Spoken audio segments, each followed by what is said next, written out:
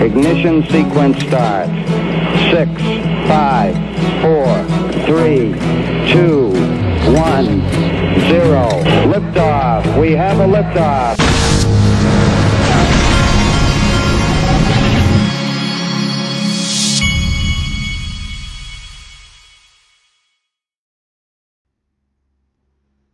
Hey everybody, this is the Digital Asset Investor, and once again we have rain in my part of the world, and it rained out another practice and a baseball game. So I'm so sick. I don't know how it's raining around the world, but I am sick and tired of rain. It has been raining nonstop for the last month, it seems like.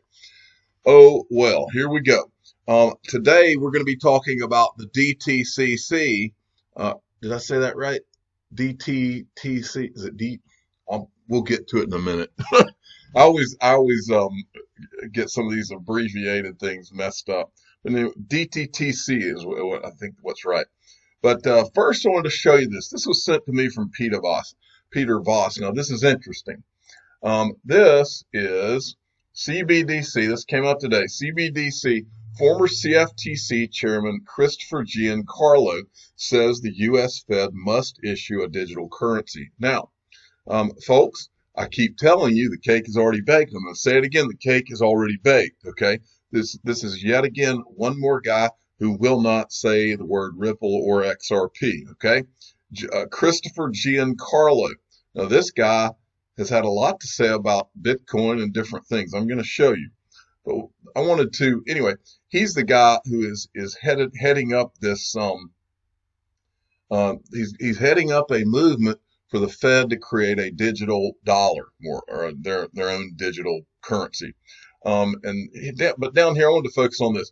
He recommends updating U.S. regulatory guidelines in order to keep up with the changes that cryptocurrencies and DLT bring to the financial ecosystem. He stated, it's going to change things dramatically, and our laws need to evolve with that as they've done over 90 years. Now they need to evolve again.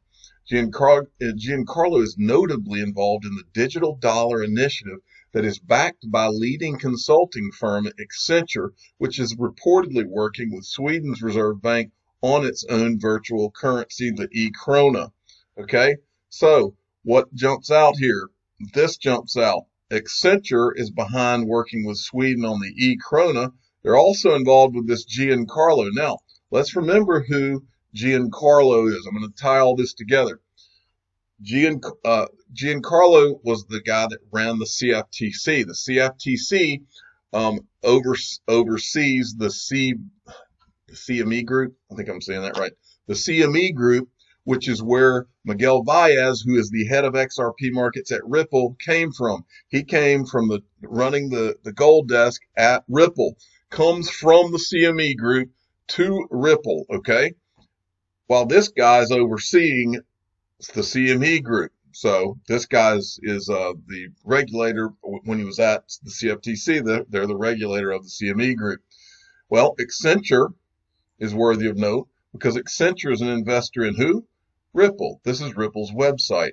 Accenture is one of the, I believe, first investors, as well as CME Ventures, which is the CME Group's venture capital arm. And then, of course, Google Ventures is worthy of mentioning as well while we're here.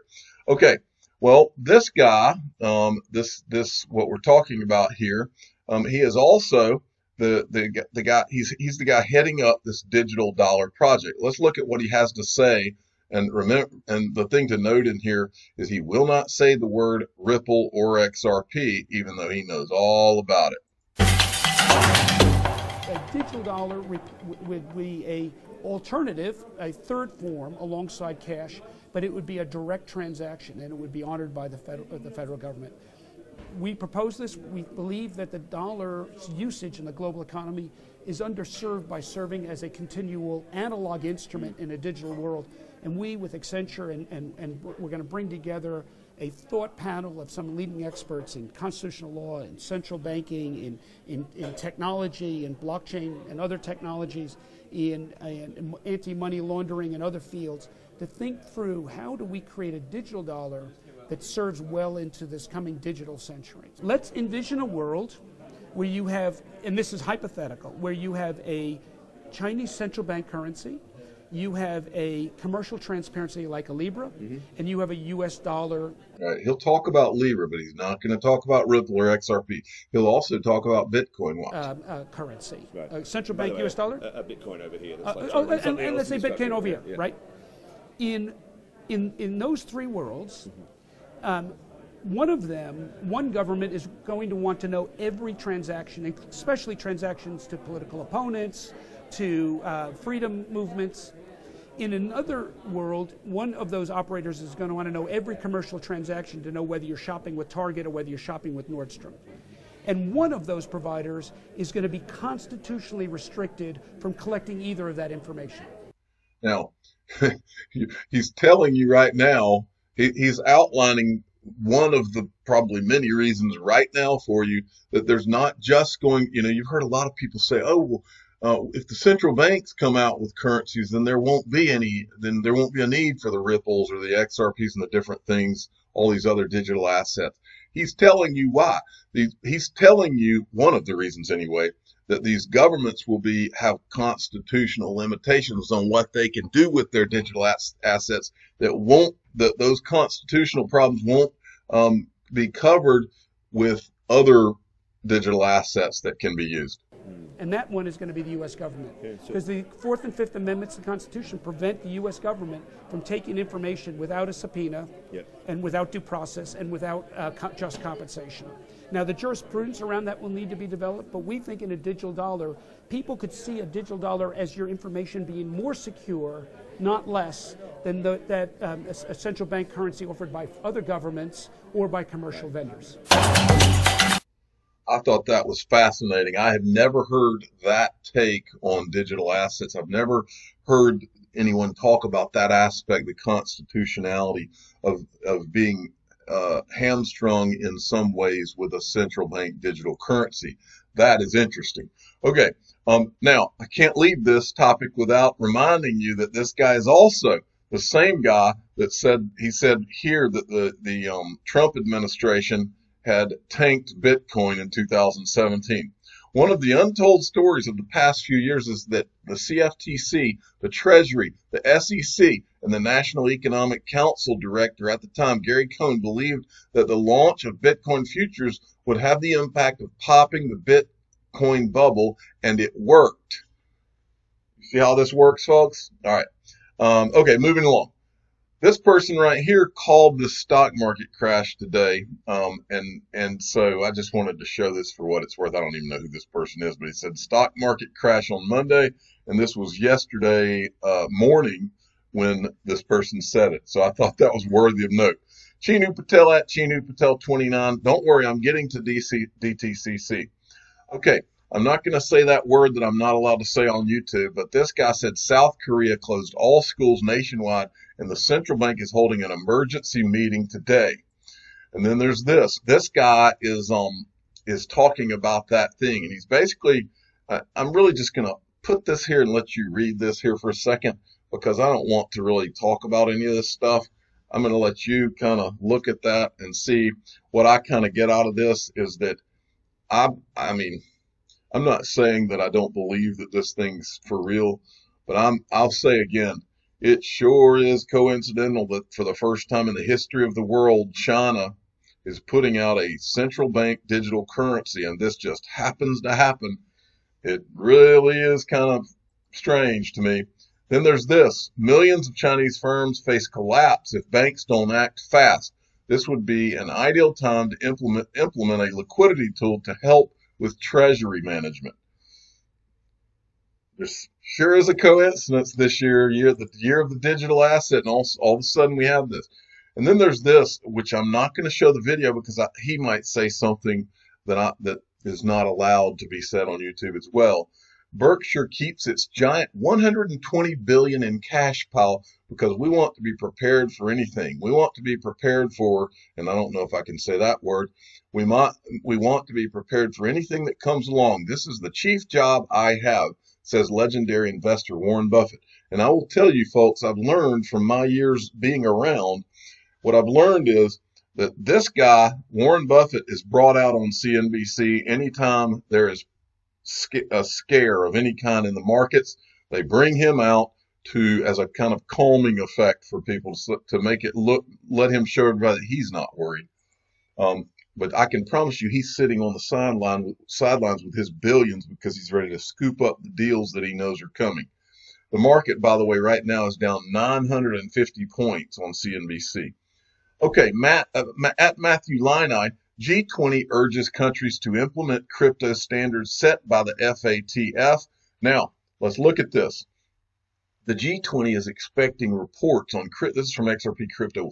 The G20 is expecting reports on cryptocurrency and stablecoins from the financial boards, FATF, and the IMF.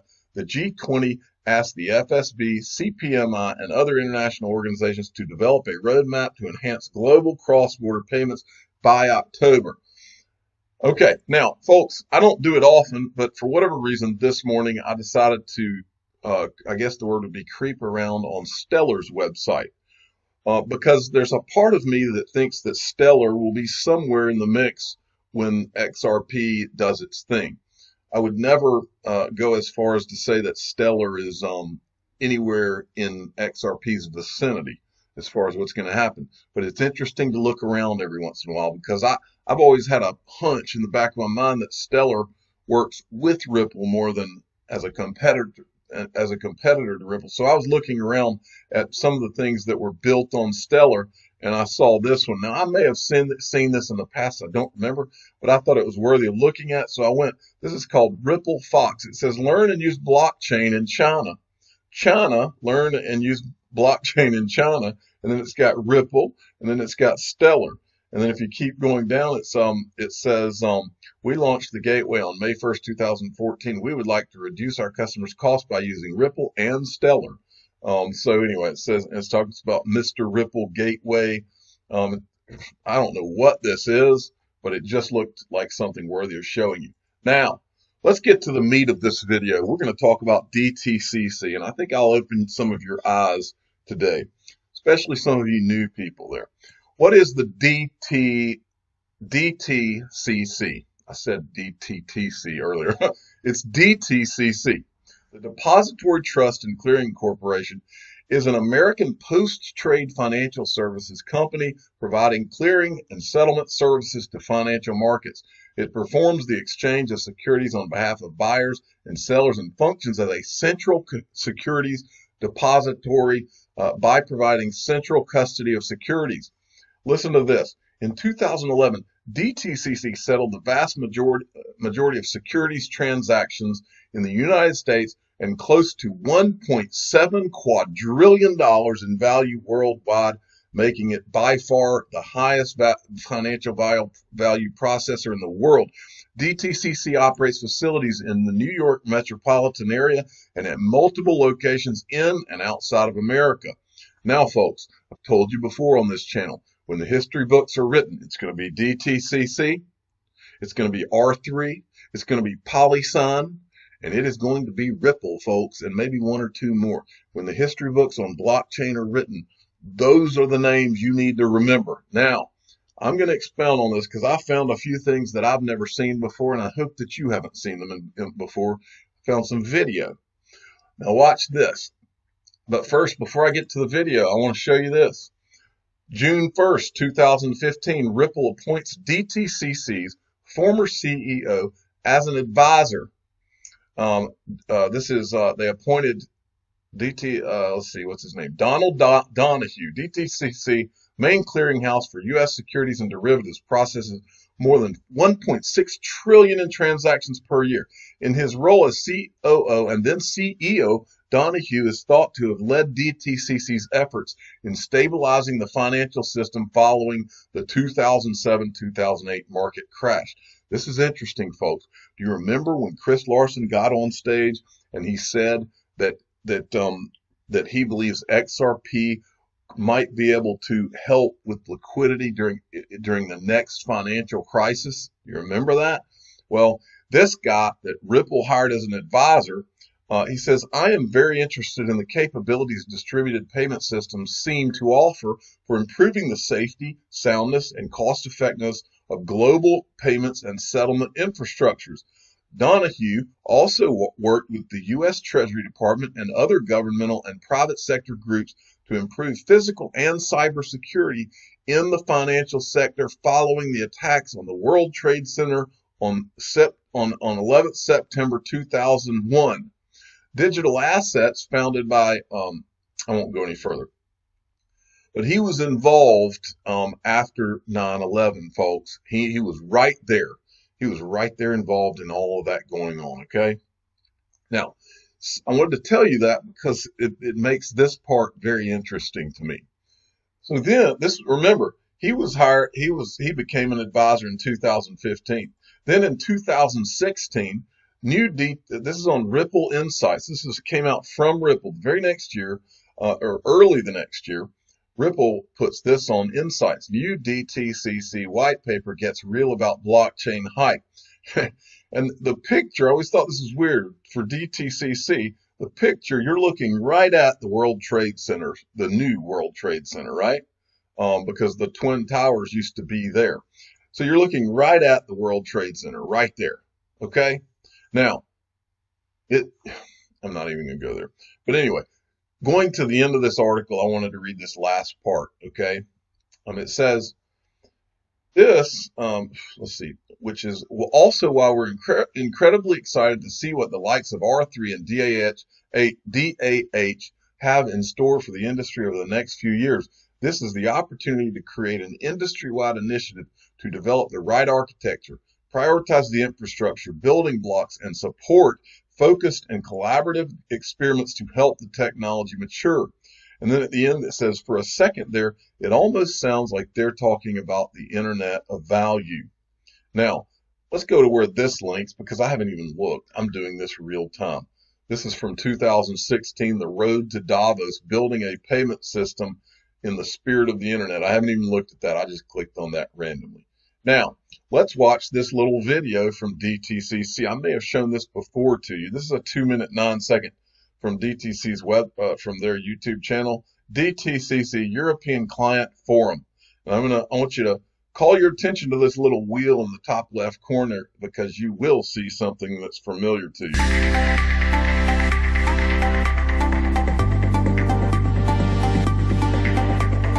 Bottom line is technology has a long history of transforming financial services. And what's most interesting is not just looking at distributed ledger technology in a vacuum, but rather looking at it in combination with other innovative technologies such as cloud, robotics, and machine learning, and figuring out how those can all work together to help the industry achieve its ultimate goal of being safer and more efficient. The TIW project is a replacement of the existing functionality that we have served the credit derivatives market for 12 years. The TIW provides a central trade information warehouse for the credit derivatives market and an asset servicing platform that will calculate and generate payments between member firms. We provide those services to clients based in over 50 different countries with nearly $10 trillion worth of credit derivatives in the platform currently. How that has served the industry so well in the last 10 years needs to be reflected with more modern technology. And our firms that are participants looked at this opportunity to use and leverage emergent technology such as distributed ledger technology in the TIW platform, as well as cloud-based services, to lower our costs in the long term and provide a proof of concept for the industry to decide how the application of this technology can be used going forward. I think DLT is a fundamental enabler of transformation of the financial industry. Distributed ledger combined with machine learning, combined with artificial intelligence, combined with automation, all of those things wrapped together have the ability to completely change the industry and provide a whole new layer and level of customer satisfaction than exists today. Okay, that was worth your seeing. Now, I wanted to show you this. This is supposedly this is going live today. Now, what this is, what you're looking at is this is from the DTCC. It says to all ACATS participants. this is a memo that went around, I guess, and they're talking about production live date for February 24th, 2020, which is today. And this is about ACATS. Now, until today, I drew a total blank on what ACATS is with regard to the financial world. But I had a flashback from when I was a financial advisor at Morgan Stanley. ACATS, I can remember, and I'll show you what it is. This is what it is. The Automated Customer Account Transfer Service. ACATS is a system that automates and standardizes procedures for the transfer of assets in a customer account from one brokerage firm and/or bank to another. ACATS enables eligible participants to efficiently and automatically enter, review, and settle the transfer of customer accounts between each other. The service standardizes transfer procedures, reduces operating costs, and speeds transaction settlements. ACATS enables the transfers of many different types of assets. What does that sound like? Including but not limited to equities, corporate and municipal bonds, unit investment trusts, mutual funds, options, annuities, and cash. Now, folks, I specifically can remember when I was a financial advisor, this is one of the things when you're a financial advisor that you're always complaining about is you're waiting on the ACATS. You're waiting if you've met with someone and they decided to move their money to you as a financial advisor, you have to wait on it to be ACAT'd over to you from the broker that currently has their assets over to you. And so that's a common term among financial advisors, and it's the ACAT system. That's how they get it. So so this is a big deal. What we're talking about here is the settlement of everything. I mean, I think you saw the number earlier, 1.6 quadrillion. Now, I'm not sitting here telling you that this is going to use XRP or Ripple, but I am telling you that Ripple's all over the place. And I'm going to show you a little bit more of remember that guy we were just talking about, Donald Donahue? Look right here. This is one of three of these. It's from the DTCC in June of 2016. Donald Donahue, the guy who became an advisor, I think in that same month with Ripple, he's on stage at this DTCC Blockchain Symposium, the future of blockchain. Listen to him.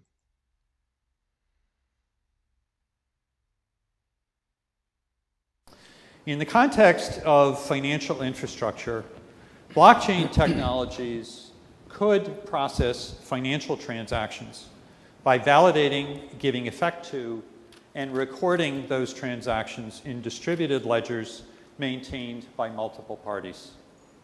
All these technologies provide both for a shared database, a ledger, and shared rules that govern the validation and recording of transactions. One significant differentiator is whether the shared ledger is open to anyone as a potential validator, as in the Bitcoin case, or whether validation of or access to the ledger is limited only to permissioned parties. But in any of these approaches, the entities maintaining copies of the ledger. I want to pause this for 1 second before I forget to let you know who these people are. That's Donald Donahue, the advisor to Ripple. This guy's from Barclays Bank. I don't remember his title. This guy's the CTO of DTCC. This, you can't make this stuff up. That is David Rudder from R3. And this guy represents Swift. All on the same stage, folks.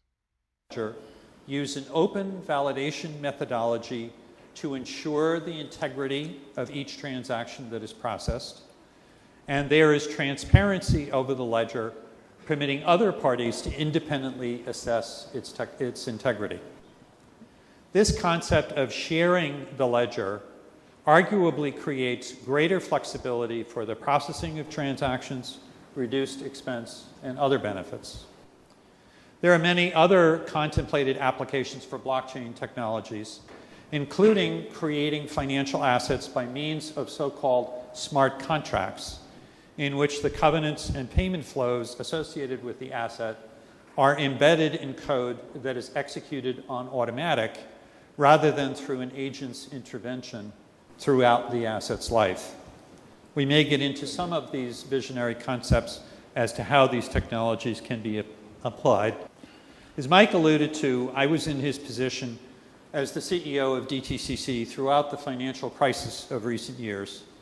So however useful blockchain technologies may turn out to be, I've learned firsthand through the fires of 2007, 2008, 2009, that it is absolutely imperative to have transactions flowing through something that can be subjected to central management, preserving the ability to intervene in that flow, to facilitate it, and to protect it where necessary. When the pressures of the 2008 financial crisis repeat themselves, as at some point they unquestionably will, a processing infrastructure that operates completely on automatic without a central managing hand would drive the financial system straight off a cliff. Preserving a central managing hand as an essential design component has to be part of any implementation scheme. Okay, that was part one. I'm not going to play you all of part two, but I will play you kind of the beginning of it, and I want to play you the part where David Rudder comes in from R3. And what smoke may be a useful way of starting to frame our thinking. So let me now. I'm going to go to the, I think he's about the 5-minute mark, and then this guy's a genius. Blockchain symposium, but blockchain, distributed ledgers, shared ledgers are used interchangeably. I think there's been enough work and experimentation done that we can feel very confident that tamper-resistant, cryptographically secure financial data in the cloud, and adding some software layers and some we like to call them smart contracts or self-executing contracts that sit on top of that, can really change the way transactions are processed for financial institutions. Have done a tremendous amount of experimentation and realize that experimentation by yourself and something that requires a community produces limited results. So I guess to finish, I think that if we look at tamper-resistant, cryptographically secured data in the cloud, and we combine cloud computing, big data, and smart contracts, and we just start that broadly, we're a bunch of smart people, and we can build some really unique solutions that can make our business a lot more efficient going forward. Okay, and the final part I wanted to show you, this part I'm going to show you the whole thing because all of them talk in terms of what they think the timeline is. Now remember, this is back in 2016 when all this was being talked about. Let me just ask the panelists one closing question. You are here, right? Blockchain prime time, being ready for prime time is somewhere here.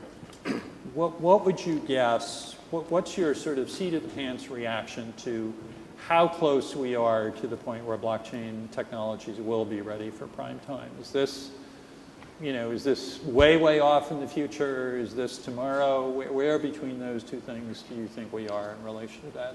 I would say in terms of timelines.